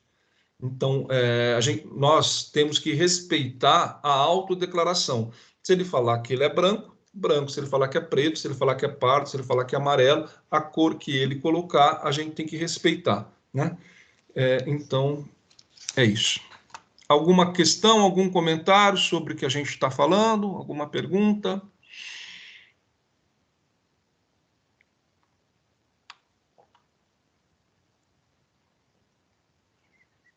Por hora não? Tá. Então, pessoal, é o seguinte, eu vou seguir mais um tanto, né? A gente não vai até meio-dia, porque senão fica muito longa a nossa... aqui no chat a Simone Dom Lúcio escreveu, né? Simone, Gói, Dom Lúcio. Fizemos esse papel anônimo para colocarem e fizemos o levantamento, né? Então, a Simone confirmou, né, o que eu estava falando anteriormente, que eles fizeram dessa forma, né? O Altair, né, que é lá da escola Naes, nós mandamos pesquisa para os pais responderem, né? Também foi a maneira como eles acharam melhor fazer, né? Então, cada escola aí está fazendo de uma maneira, né? Mas é importante que faça esse levantamento, né? E que também a gente sempre tenha, quando for abordar os alunos, né? Abordar sempre com respeito, sempre com educação, né? Como a Lívia colocou, né? Mas, ao mesmo tempo, também se posicionar, se colocar, né? Aí alguém, no Guedelha, que é a escola Guedelha, né, aqui de Botucatu, também foi feita essa pesquisa de autodeclaração. Muito legal, muito bacana. Tá. Bom, aí, pessoal, é o seguinte, fique à vontade para escrever no chat, fique à vontade para me interromper. Eu tenho também um PPT que eu preparei, eu vou fazer uma breve apresentação e depois, acho que se der tempo, a gente poderia assistir o curta que a Escola CEJA fez, baseado no conto Maria da Conceição Evaristo, tá? Então, eu vou compartilhar aqui meu PPT. Vocês estão vendo aí, pessoal, ou não? Sim, está aparecendo. Está aparecendo, tá. Então, ó, eu vou fazer uma fala de uns 15 minutos, mais ou menos, tá? E vocês fiquem à vontade para me interromper, tá? Algumas coisas a gente já falou, né? Então, a primeira coisa é que nós somos racistas, o racismo está impregnado, infelizmente, né? Então, o primeiro passo para combatê-lo é assumir, né? Essa conversa de dizer, não existe racismo, não está com nada. O racismo existe, ele é real, ele é concreto, ele é violento, muita gente morre por causa do racismo, muita gente sofre por causa do racismo, e a gente tem que combater, né? Há uma mentalidade que somos pacíficos. Não é, né? Isso aqui também eu já comentei. Essa visão não corresponde à realidade. Isso é chamado de democracia racial. Outra coisa nova que a gente não falou, racismo reverso não existe, que é uma coisa que aparece, né? Como se assim negros terem racismo em relação aos brancos, por exemplo, né? Que às vezes isso aparece, né? Mas isso não existe. Por que que não existe? Porque a mentalidade predominante, né? Se a gente, por exemplo, quando a gente assiste televisão, por exemplo, né? Os artistas, em geral, na sua grande maioria, são brancos. A mentalidade da elite é uma mentalidade de ser branco, né? A Lívia colocou sobre os imigrantes que vieram para o Brasil, né? Os imigrantes que vieram para o Brasil, né, há 120 anos atrás, há 130 anos atrás, muitos deles eram muito pobres também. Eles eram muito pobres, eles tiveram que dar duro aqui no Brasil. Não foi fácil a vida dos imigrantes, né? Agora, é óbvio que eles tinham, vamos dizer assim, a vantagem da cor, né? Ser branco era, e infelizmente ser mais valorizado. Diferentemente do negro, que depois que acabou a escravidão, ainda assim, né, continuou e continua tendo esse preconceito, né? Então, racismo reverso não existe, né? O branco, ele se vê como universal, como se todo mundo fosse branco. É o termo branquitude. Ser branco é um lugar de conforto. Os privilégios simbólicos e materiais dos brancos. A sociedade o coloca em um papel de superioridade, manutenção do poder.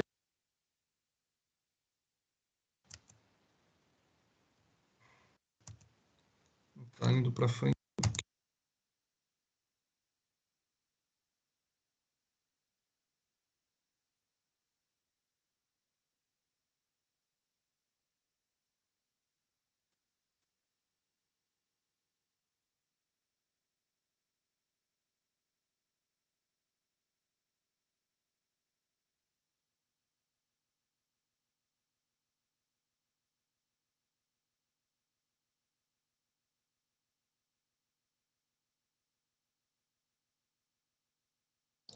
Está sem áudio, Marco.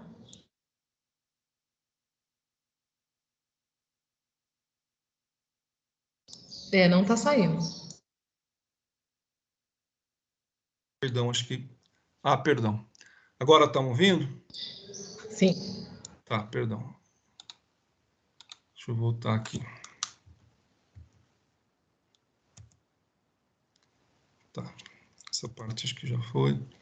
Aqui, ó, eu vou fazer um resumo, né, dessa palavra epistemicídio. É o seguinte, é dizer que, por exemplo, a cultura indígena é inferior. Nós sabemos que os indígenas, por exemplo, né, a gente falou pouco dos indígenas, né? Vamos falar um pouquinho dos indígenas, né? Os indígenas, eles têm um grande conhecimento de plantas. E que tal planta pode ser usado para fazer tal remédio, certo? E aí os cientistas foram lá e pegaram esse conhecimento indígena e utilizam esse conhecimento indígena. Só que eles não citam, né? Eles não falam, para tal doença a gente usou tal remédio que a gente aprendeu com os indígenas. Não, eles não citam e não valorizam esse conhecimento indígena, né? Então, essa palavra difícil aí, né? Epistemicídio, né? É isso, é que os brancos, a maioria dos cientistas são brancos, eles vão lá, pegam o conhecimento dos indígenas e não citam, tá? A África, pessoal, possui 54 países e há uma diferença enorme de cultura entre eles. Os países africanos foram colonizados pelos europeus, assim como o Brasil foi colonizado por Portugal, os argentinos aqui pelos espanhóis. Na África também, muitos países da África foram colonizados por Portugal, pela Espanha, pela Inglaterra, pela França, pela Bélgica e assim por diante, tá? Uma coisa importante que talvez nem todo mundo saiba, na África existem países que neva, porque quando a gente fala de África, a gente pensa mais no calor, né? E a maioria dos países africanos tem bastante calor também, mas no norte da África e no sul da África tem países que neva, né?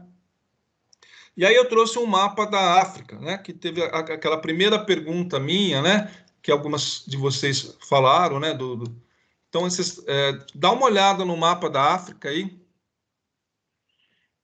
Estão olhando?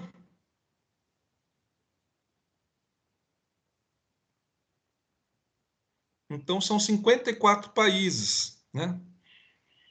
Lá no norte, né? Lá para cima, né? Marrocos, Argélia, Líbia, Egito, Níger, Chad, Sudão, Etiópia. São todos países africanos, né? Lá para o sul, né? África do Sul, Namíbia, Botsuana, Zimbábue, Angola, Moçambique. Lembrando novamente, né, que Angola e Moçambique são países que falam a língua portuguesa porque foram colonizados por Portugal, né? Então alguém falou no começo, né? Falou Angola, comentou que fez uma pesquisa, né? Então a gente está fazendo pesquisa, a gente está estudando aqui, né? Então olhar para o mapa da África que a gente pouco olha, né? É uma pesquisa, é algo interessante de ser feito, né?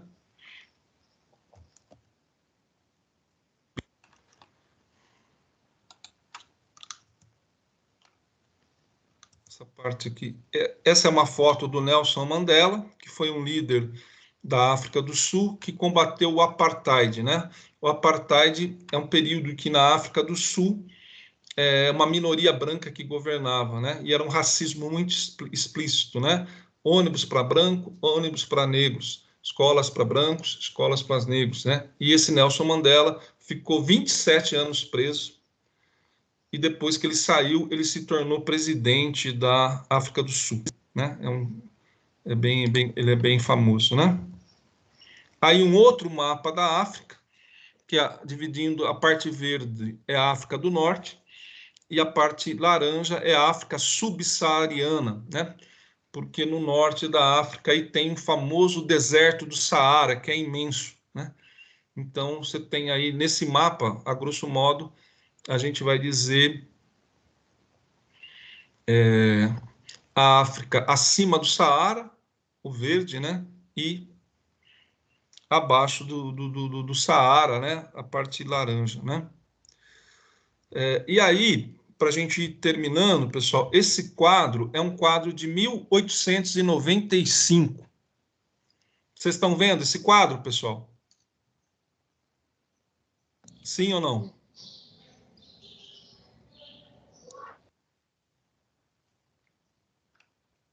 Sim, pessoal?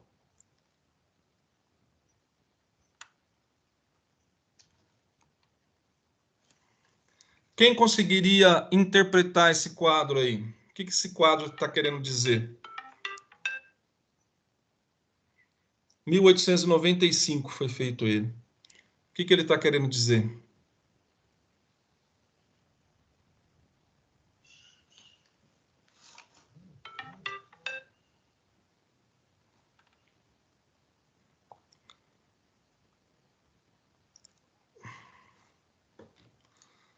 Do lado esquerdo, nós temos do lado esquerdo temos uma avó negra, concorda?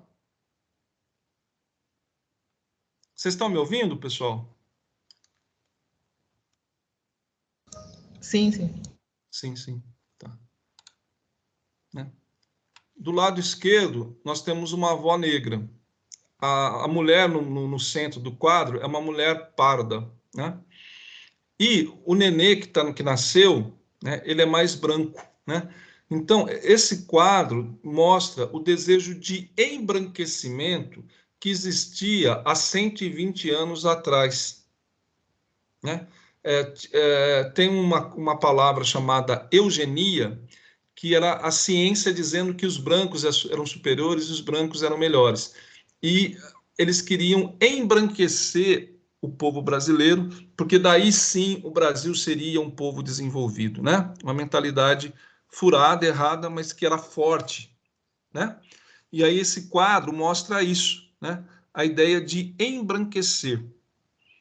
Então, quando a gente esse quadro é de 1895, portanto, ele tem mais de 130 anos, mas ele continua atual. Por que ele é atual? Porque ainda existem pessoas que pensam desse jeito, né, que defendem o embranquecimento, tá? Então, aí é o nome do quadro, A Redenção de Cã, de 1895, e tem o pintor que fez o quadro, que é o Modesto Brocos e Gomes, né? Então, avó negra, filha mulata, genro e neto brancos para o governo da época, a cada geração brasileiro ficaria mais, né? E aqui é uma foto da Conceição Evaristo, que o Marquinho perguntou lá atrás, né? É a escritora, é a foto dela, tá? A Conceição Evaristo, que escreveu o livro Olhos d'Água, que eu contei o conto Maria, da Conceição Evaristo, né? Aí tem uma mini biografia dela. A Conceição Evaristo nasceu em Belo Horizonte, em 1946. De origem humilde, ela estudou letras na Universidade Federal do Rio de Janeiro. Trabalhou como professora da rede pública do ensino da capital fluminense. Ela fez doutorado, é doutora em literatura comparada na Universidade Federal Fluminense. Ela é participante ativa dos movimentos de valorização da cultura negra em nosso país. Seus contos vêm sendo estudados em universidades brasileiras e do exterior, né? E aí eu coloquei os livros da trilha antirracista, que as escolas, todas as escolas receberam e que vocês podem, né, pedir para o coordenador da sua escola que vocês querem ler, que vocês querem se inteirar melhor do assunto, tá? Eu coloquei o livro Olhos d'Água, da Conceição Evaristo. Tem o livro Pequeno Manual Antirracista, da Djamila Ribeiro, a editora é a Companhia das Letras, né? Que Djamila Ribeiro falou do lugar de fala, né? Então, quem pode falar sobre o racismo são os negros. Quem pode falar sobre o machismo são as mulheres. Quem pode falar sobre os homossexuais são os homossexuais. É lógico que todos nós podemos falar, né? Mas, com certeza, quem sofre o preconceito tem um lugar de destaque, né? Mas é uma questão que interessa a todos na sociedade e todos devem combater, né? Outro livro é O Racismo Estrutural, de Silvio de Almeida. Outro livro, A Queda do Céu, Palavras de um Xamã Yanomami, que foi escrito por esse líder indígena, o Davi Copenaua, e esse cara, Bruce Albert, que é um intelectual, né? Então juntou um intelectual e um indígena que escreveram o livro, tá? E aí eu cito um documentário, um filme que está na Netflix, A Última Floresta, que o diretor é Luiz Bolognese, né? E o livro Princesas Negras, que fala sobre a melanina, que dá para fazer um link com... Eu tive em São Paulo, né? E um cara, Mário Augusto, ele começou a falar das coisas bonitas da África, né? Então eu trouxe algumas fotos, né? Essa roupa que é toda colorida, é chamada capulana, né?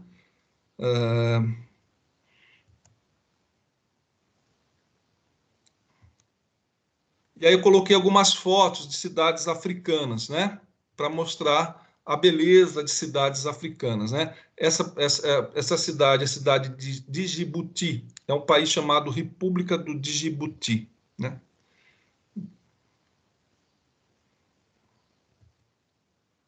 Depois a gente tem uma praia da Nigéria, que é um país da África, tá? É uma foto aí da praia da Nigéria.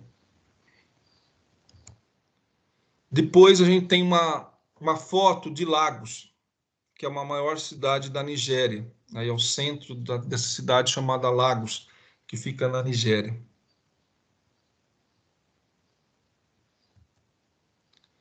Aí, essa é a Lei 10.639, que a Lívia citou rapidamente, que ela comentou, né, que foi uma lei que instituiu a obrigatoriedade do ensino da história da África e cultura afro-brasileira em todas as escolas do Brasil, né? É óbvio que os currículos já falavam sobre esse tema, mas muito pouco, né? Sempre predominou uma visão eurocêntrica. O que é uma visão eurocêntrica? De valorizar a Europa, Então, essa lei foi feita em 2003, né? e colocou como obrigatório o ensino da história da África e cultura afro-brasileira, tá? E depois, em 2008, foi feita a Lei 11.646, que incluiu o estudo da cultura indígena, tá? Então, desse PPT era isso, né? E agora eu pretendo exibir o curta que a escola CEJA fez, baseado no conto da Conceição Evaristo que eu contei anteriormente. É importante vocês lembrarem do conto, senão a gente não consegue compreender, tá ok? Então, eu vou colocar... Vocês estão me ouvindo, Lívia? Estão me ouvindo direitinho? Sim, tá dando para ouvir. Tá, eu vou colocar, então, o curta para a gente assistir, tá bom?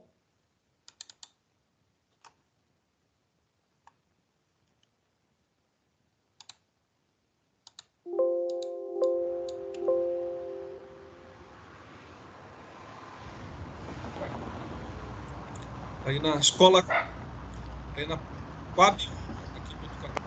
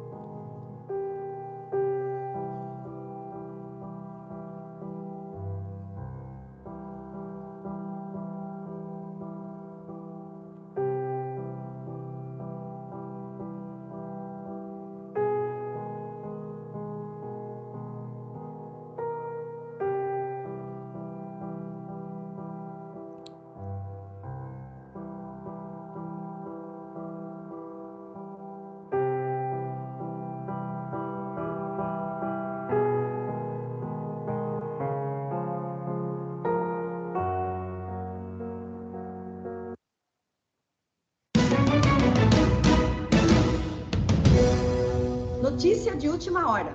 Passageira suspeita de envolvimento em assalto é linchada por passageiros durante assalto em ônibus. Uma situação de extrema violência marcou um assalto a um ônibus na cidade durante a tarde de hoje. Entre os passageiros estava Maria, uma mãe de 3 filhos, que viu sua vida tomar um rumo aterrorizante ao ser acusada de envolvimento com os assaltantes.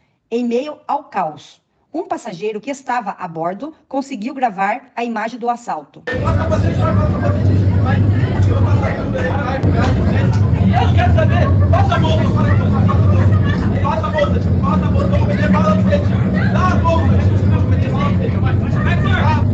O clima de tensão e desconfiança entre os passageiros culminou em uma atitude chocante. Maria foi alvo de um ataque violento, sendo linchada pelos próprios passageiros.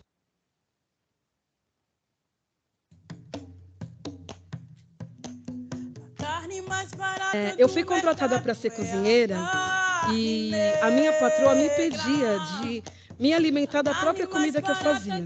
Eu tinha que trazer os talheres, eu não podia utilizar o copo na casa dela e nem o banheiro.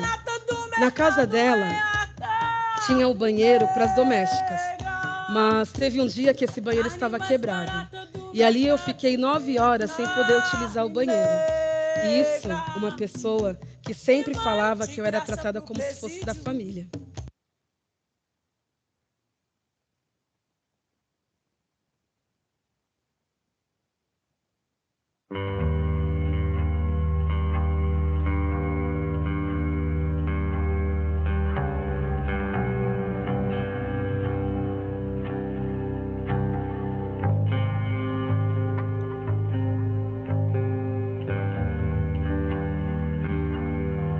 Porque as pessoas hoje são muito preconceituosas, as mulheres são menosprezadas e falta de amor ao próximo. Enquanto a sociedade não for mais acolhedora, nós continuaremos lutando pelos nossos direitos.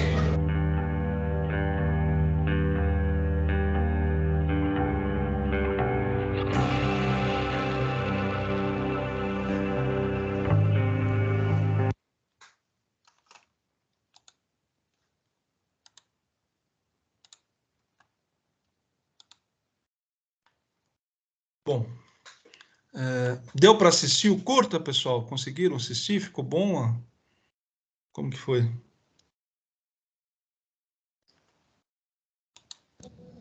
Deu para assistir, sim, Marcos.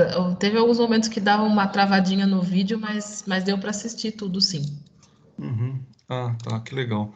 No chat aqui também, alguém, você mesmo que escreveu, né? Sim, muito bom, né? Acho que mais gente respondeu sim, Ana Lúcia, tal, né? Essa escola que fez esse curta, né? É do CEJA, né? Que é Educação de Jovens e Adultos, né? E aquela mulher, né, negra que fez o papel de Maria, né? Que está no livro, né? No conto da Conceição Evaristo, né? Então o curta, repetindo, né, foi baseado no conto, né? E aquela aluna, que é uma aluna do CEJA, ela deve ter, sei lá, eu chuto, tem uns 40 anos, mais ou menos, né?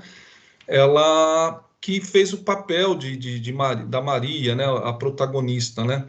E quando teve a mostra, que foi lá no Lajeado, né? Ela foi lá também e ela subiu no palco, fez uma fala contra o racismo, foi muito legal, tá? Eu acho que a gente já está encerrando, né? E sempre quando eu estou terminando alguma coisa, né? Eu gostaria que vocês, né? Quem quiser perguntar alguma coisa ainda, né? Pode perguntar.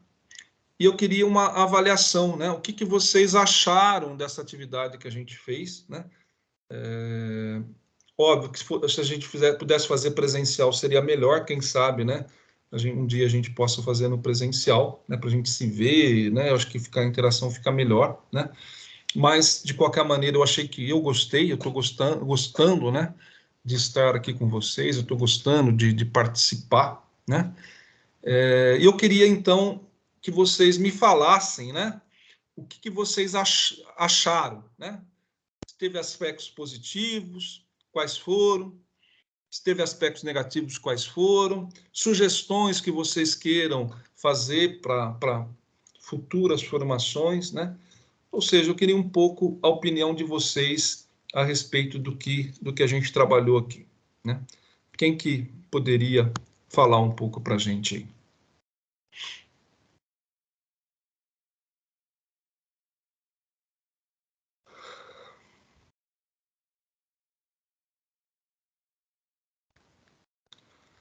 Alguém levantou a mão?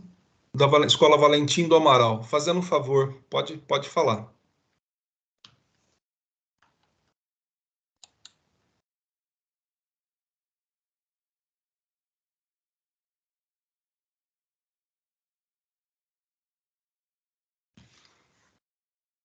A Escola Valentim do Amaral levantou a mão. Gostaria de falar?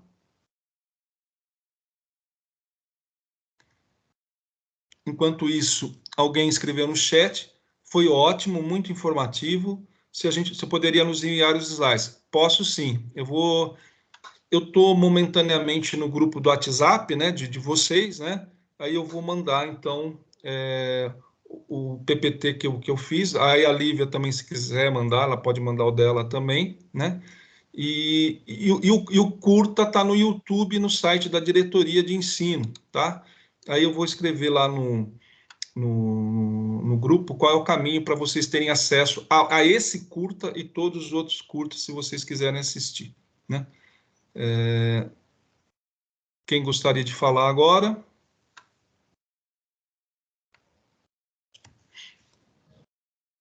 Eu levantei a mão ali, Sim, Marco. pode falar, Lívia. Só para falar que realmente eu posso mandar, sim, a apresentação lá no grupo, coloco lá no grupo mesmo. E eu gostei de poder participar aqui. Eu acho que, assim, sempre que a diretoria de ensino for fazer alguma OT, eu acho que é legal mesmo pedir para alguém dos próprios participantes mesmo também falar alguma coisa, né? Todos os temas são temas, né, até com os professores e tudo, sempre alguém pode dar a sua experiência também, e eu acho que é muito importante a gente poder falar de como tem sido na nossa escola e passar para os colegas, né, porque daí a gente vai realmente trocando nossas ideias e experiências e tudo, então eu achei muito, muito bom isso mesmo, chamar a gente daqui para poder falar. E eu mando lá o PowerPoint, sim, lá no grupo, tá bom, gente? Tá, joia. Eu quero... Obrigado, viu, Lívia? Gostei bastante da sua apresentação. Obrigado. Aí você tornou bem brilhante aqui a nossa atividade hoje. Muito obrigado pela sua participação, viu? E alguém escreveu aqui também, foi ótimo, seria bom se pudéssemos... deixa eu ver aqui para que sair. Foi ótimo, seria bom se pudéssemos levar para a sala de aula. Né? Verdade, muito bom, parabéns, pessoal. Alguém também escreveu anteriormente, gostei bastante, seria interessante fazer temas separados, para termos mais informações, o tema é curto. Muito bom e necessário novas ações, né? Então, pessoal, e também uma coisa que eu queria falar, né? Se caso vocês quiserem, né? Se alguma escola quiser, entre em contato comigo, né? Meu telefone está lá no WhatsApp, né? Então, todo mundo já tem meu WhatsApp, né? Eu vou marcar melhor lá ele também, né? O meu telefone. Vocês ficam à vontade para entrar em contato comigo, tá? Se alguma escola quiser, né? Que nem alguém mencionou, né? De falar com os professores, com a escola, né? Eu me coloco à disposição para ir em qualquer escola, falar para os professores, falar para os funcionários, falar para os alunos, falar para quem vocês quiserem, tá? Eu estou à disposição, tá? Fica à vontade para entrar em contato, tá? Então, é isso. Mais algum comentário? Gostei muito, conteúdo muito bom, parabéns. Estou com problema no microfone, eu falei, mas vocês não ouviram. Parabéns a todos. Da Escola Valentim do Amaral, que levantou a mão aquela hora. Ela tem um problema com o microfone que ela falou, mas a gente não conseguiu ouvir, né? Mas valeu a intenção, né? Teve mais gente que escreveu, parabéns, pessoal, muito bom, parabéns. Tá? Então, acho que a gente pode terminar, né?